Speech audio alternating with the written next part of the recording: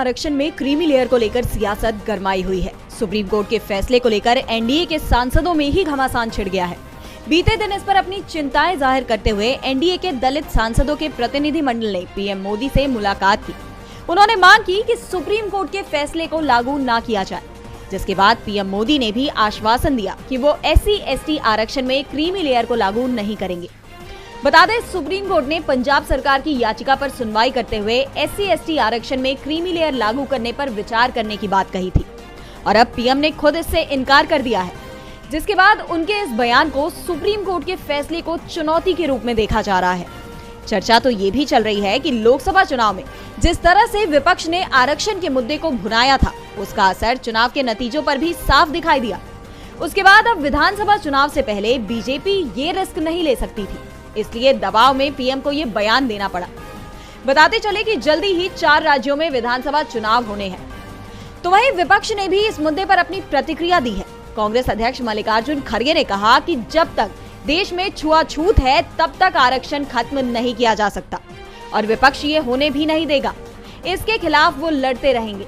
इसके साथ ही खड़गे ने आरोप लगाया कि बीजेपी की दलित आदिवासी विरोधी मानसिकता आरक्षण पर निरंतर प्रहार कर रही है। एक बार फिर बड़ा खुलासा करने की तैयारी में है और ये खुलासा भारत की अर्थव्यवस्था पर सीधा असर डालेगा, जिसे लेकर देश भर में हड़कंप मच गया है। दरअसल हिंडनबर्ग ने अपने सोशल मीडिया हैंडल पर ट्वीट करते हुए बड़ा बयान दिया है। कंपनी ने लिखा कि भारत में जल्दी ही कुछ बड़ा होने वाला है।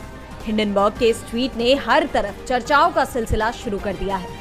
सवाल ये उठ रहे हैं कि इस बार क्या होने वाला है। इस बार कंपनी के निशाने पर कौन है? हिंडनबर्ग रिसर्च एक अमेरिकी वित्तीय शोध कंपनी है और पिछले साल यानी 2023 की शुरुआत होते ही इस रिसर्च फर्म ने बड़ा बम फोड़ा था, जिससे अडानी ग्रुप ऑफ इंडस्ट्रीज पूरी तरह से हिल गया था। कंपनी ने दावा किया कि अडानी ने शेल कंपनियों के सहारे शेयर मैनिपुलेशन किया है। इस खुलासे के सामने आते ही अडानी ग्रुप के शेयर्स बुरी तरह से क्रैश होते दिखे। अडानी से लोगों का भरोसा उठ सा गया था। हालांकि बाद में इसमें रिकवरी आई। इस रिपोर्ट को लेकर काफी विवाद छिड़ गया है। देश विदेश में इस पर बहस देखने मिली और अब एक बार फिर अमेरिकी कंपनी हिंडनबर्ग ने बड़ा दावा किया है, जिसके बाद भारत के सभी उद्योगपति अलर्ट मोड पर दिखाई दे रहे हैं। सवाल ये उठ रहे हैं कि इस बार भारत में क्या बड़ा होने वाला है। क्या एक बार फिर अडानी ही है निशाने पर या इस बार कोई और खुलासा करने वाला है हिंडनबर्ग? बहरहाल ये तो आने वाला वक्त ही बता। गुरुवार रात को बांग्लादेश में नई सरकार का गठन हो गया है और अब बांग्लादेश की सत्ता मोहम्मद यूनुस संभाल रहे हैं। बावजूद इसके बांग्लादेश में हिंसा थमने का नाम नहीं ले रही है। बता दें कि शनिवार सुबह प्रदर्शनकारियों ने सुप्रीम कोर्ट को घेर लिया और मांग की कि अगर जजों ने इस्तीफा नहीं दिए तो हसीना की तरह उन्हें भी कुर्सी से खींचकर उतार देंगे। सुप्रीम कोर्ट के न्यायाधीशों और मुख्य न्यायाधीश के आवासों पर हमला किया जाएगा। प्रदर्शनकारियों का आरोप है कि सुप्रीम कोर्ट के जज हसीना से मिले हुए हैं और इन जजों ने अंतरिम सरकार से पूछे बिना शनिवार को पूरी कोर्ट की एक बैठक बुलाई और दावा किया गया कि मुख्य न्यायाधीश अंतरिम सरकार को सुप्रीम कोर्ट के जरिए अवैध घोषित करने की रणनीति बना रहे हैं, जिस पर छात्र भड़क गए। जिसके बाद बांग्लादेश में सुप्रीम कोर्ट के चीफ जस्टिस ओबेदुल हसन ने इस्तीफे का ऐलान कर दिया।